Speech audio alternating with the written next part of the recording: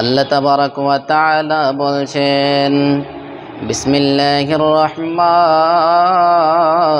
রহিম, ইন্না জাহান্নামা কানাত মিরসাদা লিত্তাগিনা মাআবা। আল্লাহ তাবারাক ওয়া তাআলা বলছেন, ইন্না জাহান্নামা কানাত মিরসাদা, নিশ্চয় জাহান্নাম হচ্ছে একটি গোপন ফাঁদ। যে রকম শিকারীরা পশু প্রাণী ধরার জন্য গোপন ফাঁদ পেতে রাখে, আমার আল্লাহ রব্বুল আলামিন অনুরূপভাবে গোপন ফাঁদ পেতে রেখেছে। এই ফাঁদটি কাদের জন্য? আল্লাহ তাবারাক ওয়া তাআলা বলছেন, লিত্তাগিনা মাআবা, যারা আল্লাহ এবং তার রাসূলের আইনকে মানে না, যারা আল্লাহ এবং তার রাসূলের আইনকে অমান্য করে চলে, তাদের জন্যই হচ্ছে জাহান্নাম একটি গোপন ফাঁদ।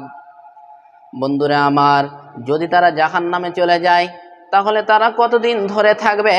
আল্লাহ তাবারাক ওয়া তাআলা বলছেন, লাবিসিনা ফিহা আহকাবা, সেখানে তারা একদিন নয়, সেখানে তারা 2 দিন নয়, সেখানে তারা 1 সপ্তাহ নয়, 2 সপ্তাহ নয়, এখানে আহকাবা বলা হয়েছে, সেখানে তারা যুগ যুগ ধরে থাকবে।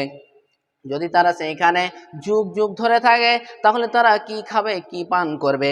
আল্লাহ বলছেন, লা ইয়াযুকুনা ফিহা বারদাও ওয়ালা সারাবা, তাদেরকে কোনো ঠান্ডা জাতীয় পানি পান করতে দেওয়া হবে না। বন্ধুরা আমার, আমরা জানি যে জাহান্নাম একটি গরম জায়গা। জাহান্নাম মানে হচ্ছে আগুনের টুকরা। আপনার বাড়িতে যদি মেহমান চলে আসে, আর আপনার বাড়িতে যদি গরমের সময় মেহমান চলে আসে, আপনি তাকে ঠান্ডা জিনিস খেতে দেবেন, ফ্রিজের পানি খেতে দেবেন, যে সে যেন তৃপ্তি পায়। কিন্তু আল্লাহ বলছেন, সে জাহান্নামে ঠান্ডার সময় আসুক কিংবা গরমের সময় আসুক, তাকে কোনো ঠান্ডা জাতীয় পানি পান করতে দেওয়া হবে না। তাহলে সে কি খাবে? আল্লাহ বলছেন, ইল্লা হামিমা ওয়া গাসসাকা, তাদের জন্য রয়েছে ফুটন্ত পানি এবং গাসসাক। জি, তাদের জন্য রয়েছে গাসসাক। গাসসাক বলতে বোঝায় জাহান্নামীদের শরীর হতে গলে পড়া রক্ত পুঁজ মিশ্রিত অত্যন্ত গরম তরল পদার্থকে গাসসাক বলা হয়। জাহান্নামীরা তা খাবে এবং তা দ্বারা পেট পূর্ণ করবে। তাহলে আমরা বুঝতে পারলাম যে জান্নাত জাহান্নাম তৈরি হয়ে গেছে। একটি হাদিস শোনায়, তাহলে আমরা একেবারে ক্লিয়ার হয়ে যাব যে জান্নাত জাহান্নাম তৈরি আছেন না তৈরি করবেন। হাদিসের রাবি হচ্ছে আবু হুরায়রা রাদিয়াল্লাহু তাআলা আনহু ক্বালা রাসূলুল্লাহি সাল্লাল্লাহু আলাইহি ওয়াসাল্লাম, লাম্মা খালাকাল্লাহুন নার, আল্লাহ রাব্বুল আলামিন যখন জাহান্নাম তৈরি করলেন, ক্বালা লিজিবরিল, জিবরিলকে বললেন, ইযহাব ফানজুর ইলাইহা, ও জিবরাইল তুমি যাও যাও যাও, আমি জাহান্নামকে তৈরি করলাম, তুমি গিয়ে জাহান্নামটাকে একবার দেখে আসো। তখন জিবরাইল আলাইহিস সালাতু ওয়াস সালাম জাহান্নাম দেখতে গেলেন।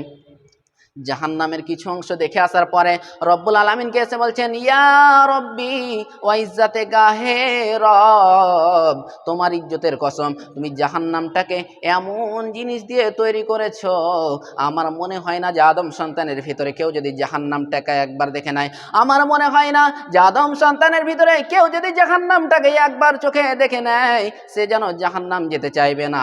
তখন আল্লাহ বলছেন, তাই নাকি? তাহলে আমি এবার কি করলাম, জাহান্নামটা আবার গিয়ে দেখে আসো। আল্লাহ রাব্বুল আলামিন কি করলেন? জাহান্নামকে মনের কামনা বাসনা দ্বারা জাহান্নামকে ঘিরে দিলেন।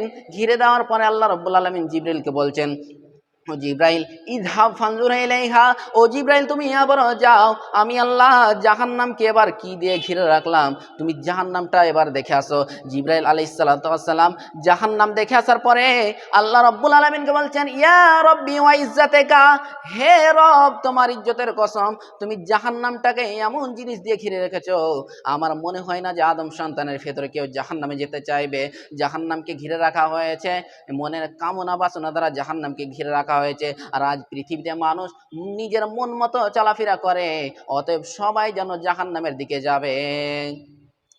তাহলে বোঝা যায় যে জাহান্নাম তৈরি হয়ে গেছে। এবার আসি জান্নাত আল্লাহ রাব্বুল আলামিন তৈরি করে রেখেছেন না করবেন। আল্লাহর নবী বলছেন, লাম্মা খালাকাল্লাহুল জান্নাতা আল্লাহ রাব্বুল আলামিন যখন জান্নাতকে তৈরি করলেন, ক্বালা জিবরিল, জিবরিলকে বললেন, ও জিব্রাইল ইযহাব ফানজুর ইলাইহা, ও জিব্রাইল তুমি যাও যাও, আমি আল্লাহ এবার জান্নাতকে তৈরি করলাম, তুমি গিয়ে জান্নাতটাকে দেখে আসো। জান্নাতের কিছু অংশ দেখে আসার পরে আল্লাহ রাব্বুল আলামিন এসে বলছেন, ইয়া রব্বি ওয়া ইজ্জাতিকা, হে রব তোমার ইজ্জতের কসম, তুমি জান্নাতটাকে এমন জিনিস দিয়ে ঘিরে রেখেছো, জান্নাতকে এমন সুন্দর করে তৈরি করেছো, আমার মনে হয় না যে আদম সন্তানের ভিতরে কেউ যদি জান্নাতটাকে একবার দেখে নেয় তাহলে সে যেন জান্নাতের যাওয়ার কাজগুলোই করবে।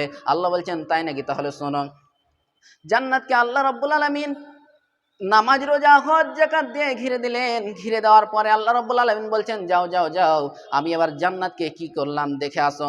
জান্নাত দেখে আসার পরে আল্লাহ রাব্বুল আলামিন কে এসে বলছেন, ইয়া রব্বি ওয়া ইজ্জাতিকা, হে রব তোমার ইজ্জতের কসম, তুমি জান্নাতটাকে এবার এমন জিনিস দিয়ে ঘিরে রেখেছো, আমার মনে হয় না যে আদম সন্তানের ভিতরে এই কাজগুলো কেউ করবে।